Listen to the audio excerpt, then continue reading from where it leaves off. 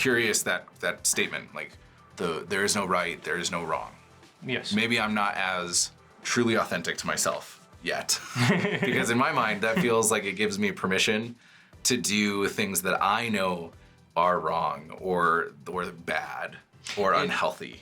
It does. And that's the moral conflict. Okay. Is because we can do something that we consider morally correct, it will still be offensive to somebody somewhere. Okay.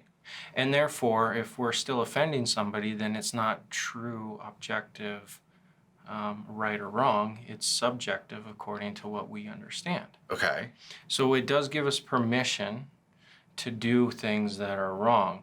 And where the genuineness comes is understanding how it makes you feel.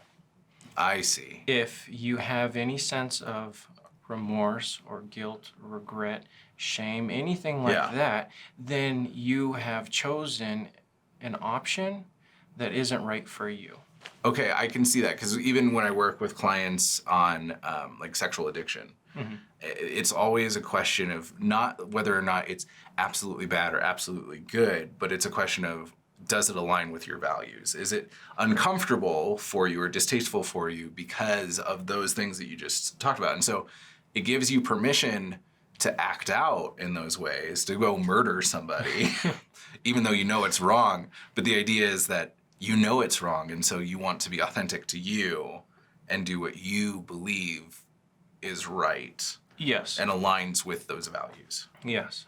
And that's one thing that people struggle with when it comes to PTSD and military, since we're a heavy military location, is they get challenged and face the fact that death has occurred, whether it's by them or somebody else, and how to deal with that, and whether or not they're a good person if they've had to deal with any of that. And so I challenge people with the thought of, what is the difference between murder and self-defense and patriotism and things like that? In Not reality, objectively, but subjectively. No, actually objectively. Oh, objectively. Objectively, there isn't a difference, because the end result is we're taking on life. Okay. And therefore, subjectively, we give it different terminologies to feel better about what we've done. I see.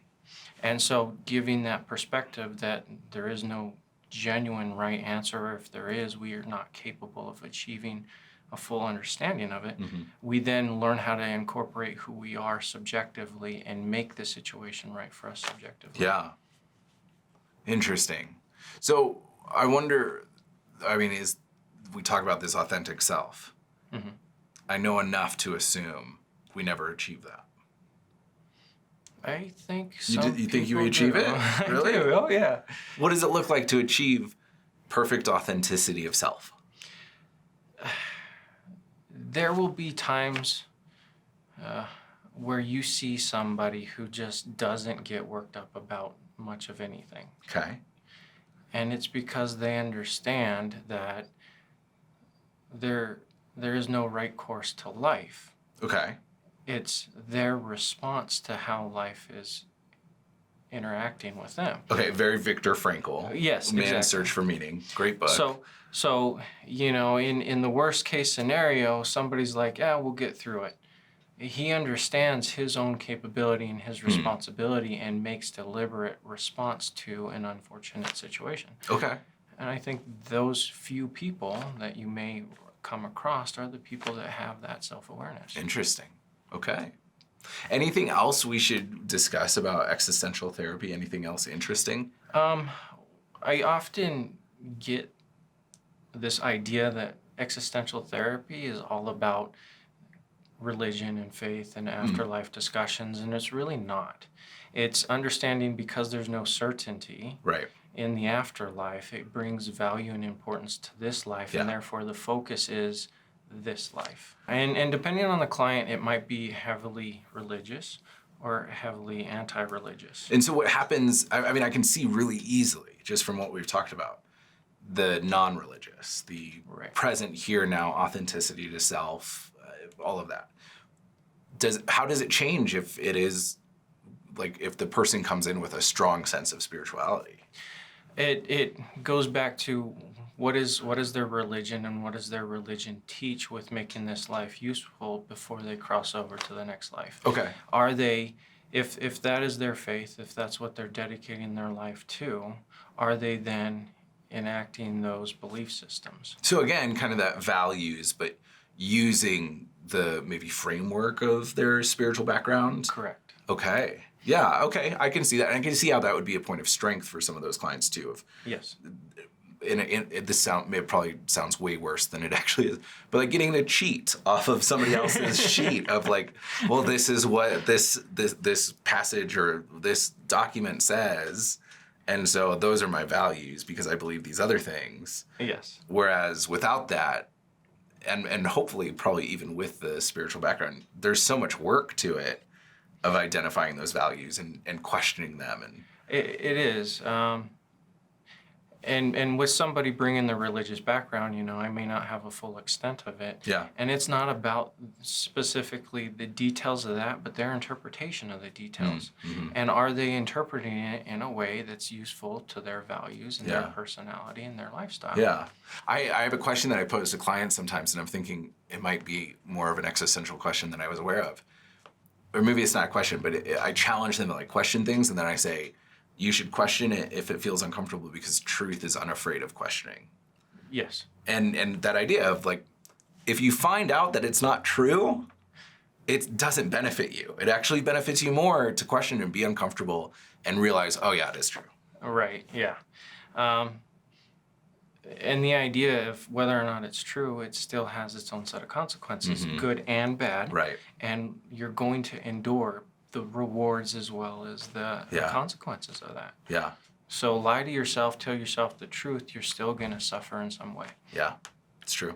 There's this concept within existentialism of, they call it like anxiety, and Yalom calls it our death anxiety, just this like level of anxiety that exists from just existing. Yes.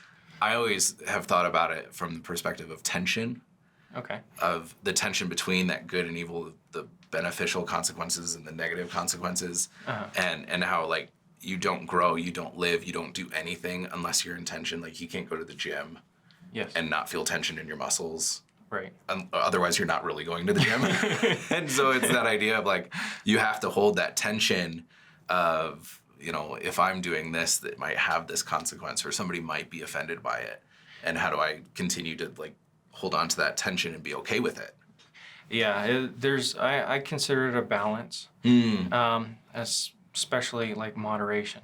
There can be an excess that is overwhelming, increasing the tension way too far. Yeah. And then there can be the opposite where there's no tension at all, you're disengaging, and therefore also not indulging in what's beneficial about life. So it could go both ways, and while you do need that tension, you do need that balance, you don't want to be overwhelmed by it. Right.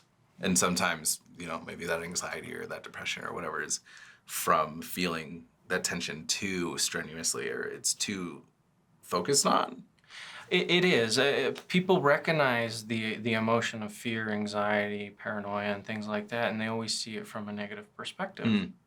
And I try to encourage and reframe that understanding that it's not a negative experience, it's an uncomfortable experience. That our genuine self knows what to do, and if we are feeling those levels of distress, then our bodies are trying to tell our minds, hey, we're not doing the right thing for us. We're choosing all the wrong choices. Interesting. And we're engaging inappropriately. Lots to think of. Thanks for being on, Derek. You're welcome.